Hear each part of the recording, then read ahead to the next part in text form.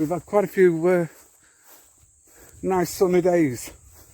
As much as it's frustrating during the wet season, it's rain and rain and rain. When it does come nice, it's pretty cool here. Beautiful.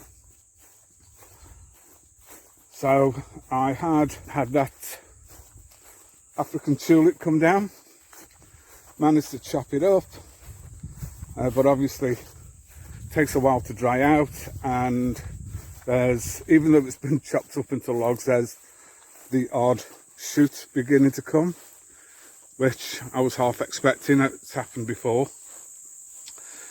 And with all the stuff lying here, you can't get into mow, and basically it just allows weed trees to set.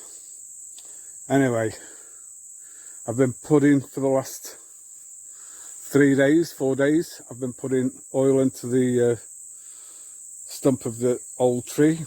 So all these holes and those slots there will be filled with vegetable oil. Let it soak in, keep pouring a little bit in every couple of days,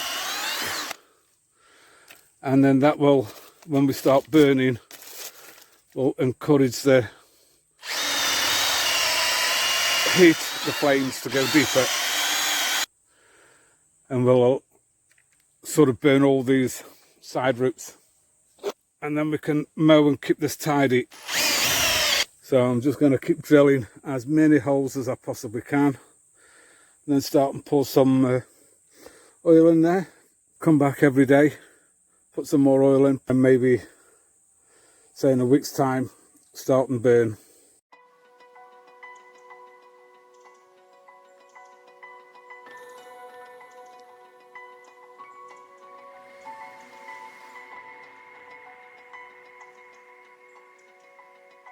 Our 7-acre farm is located on the Cassowary coast in the wet tropics of far north Queensland, Australia, where the rainforest meets the reef. We grow commercial crops of tropical fruit, jackfruit and canistel, and also use our spare land to fulfill our dream of becoming more self-sufficient. In our weekly videos, we share with you our slice of paradise and our life on the farm. Good morning, welcome back, how are you? It is the weekend, Saturday today, and I am on days off, and boy am I glad to be on days off. It has been quite a challenging few days at work for me, and so I'm feeling a little mentally burnt out, to be honest.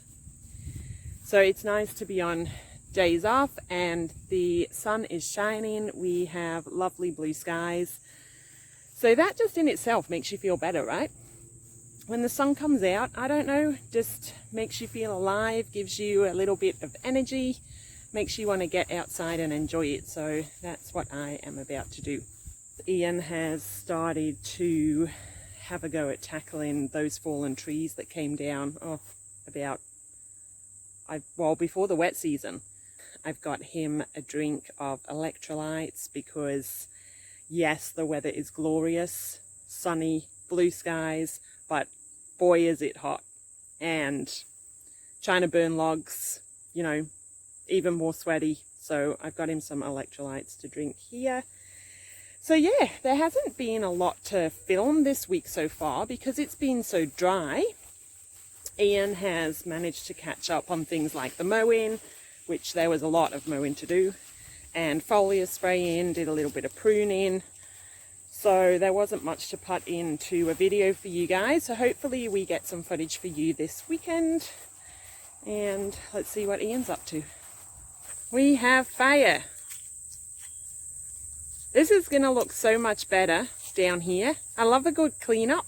So I don't know if you can see it, but it's beginning to re-sprout again. But because it had been so wet all last year, we just couldn't burn just will not die. And hence why it has to be a fire. Well, good morning. It is now Sunday. I have no idea where Saturday went. It went in the blink of an eye. So today we started early because it is so hot. Sun is out again, beautiful blue skies, but very hot. Got the fire going again, so that is just continuing to burn those logs. Ian has been upgrading the sprinklers on the canisters, and I have been Bandicoot proofing my veggie beds. So we had some leftover chicken wire, so we have just modified that and put that around the bed because I'd planted a heap of bok choy in there and the bandicoots came in and dug it all up. Because it's not a raised garden bed really, anything and everything can get in there. So I'm hoping the chicken wire will help, and now I can get more things put in there.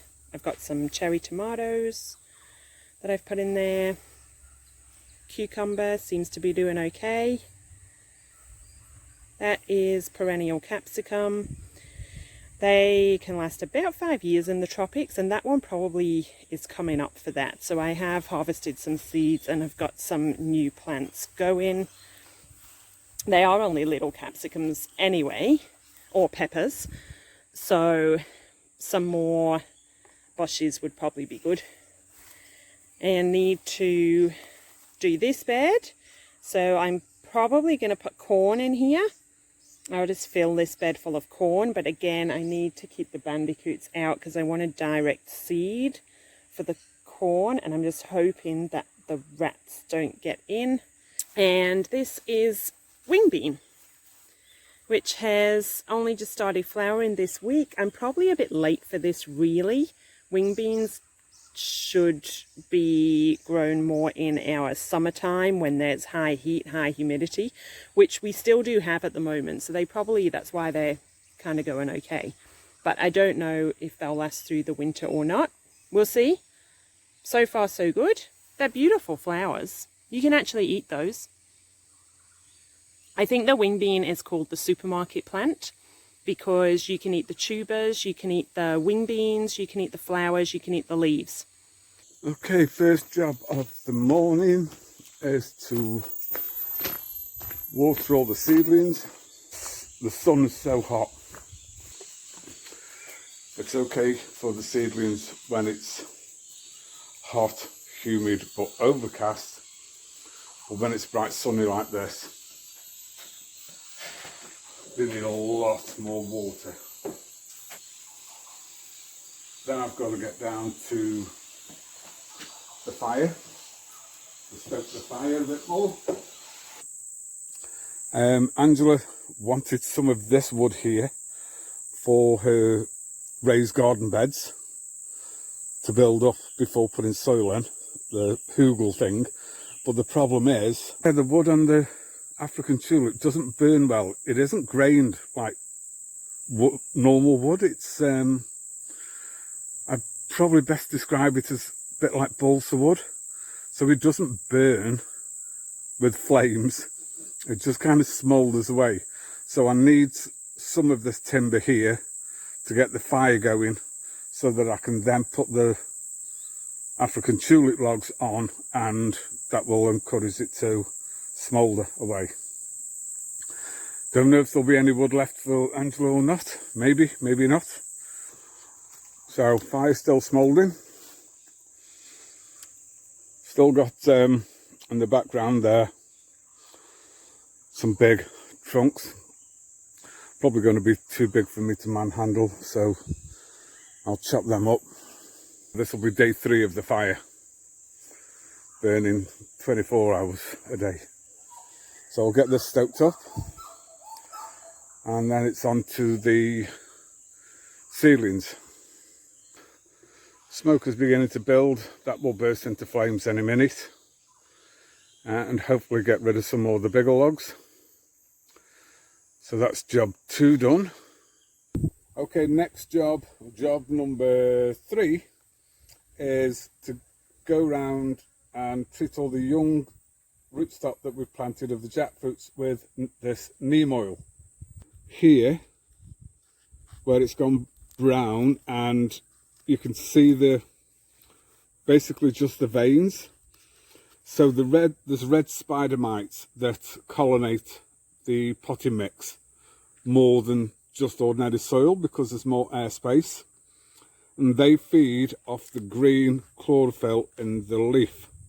So they'll live in the ground, but then come up probably at night and chew away at the green chlorophyll. So my job is to go round and just drench the rootstock with this neem oil, but neem or any oil doesn't mix with water easily. So what I do, don't tell Angela, but what I do is I borrow her washing up liquid, put a bit of washing up liquid in a watering can, put the neem oil in, 5 mils to every litre, give those two a shake up so that it emulsifies, and then fill the watering can up, go round, just give them a small little drench with the neem oil. The neem oil kills the red spider mites. Follow it up a week later to give them a second going for any eggs that may have hatched, and then touch wood, all the rootstock gets away nicely. Won't take much to just water that little area of the potting mix, which is sort of 10 centimetres diameter, 10 centimetres deep. Give them all a drench, and then I can put the irrigation on just to give everything a wet. What we tend to do, especially with the young plants now, is I'll walk around and just throw a small handful, because the root system isn't big, so you only need a little bit around the actual plant base.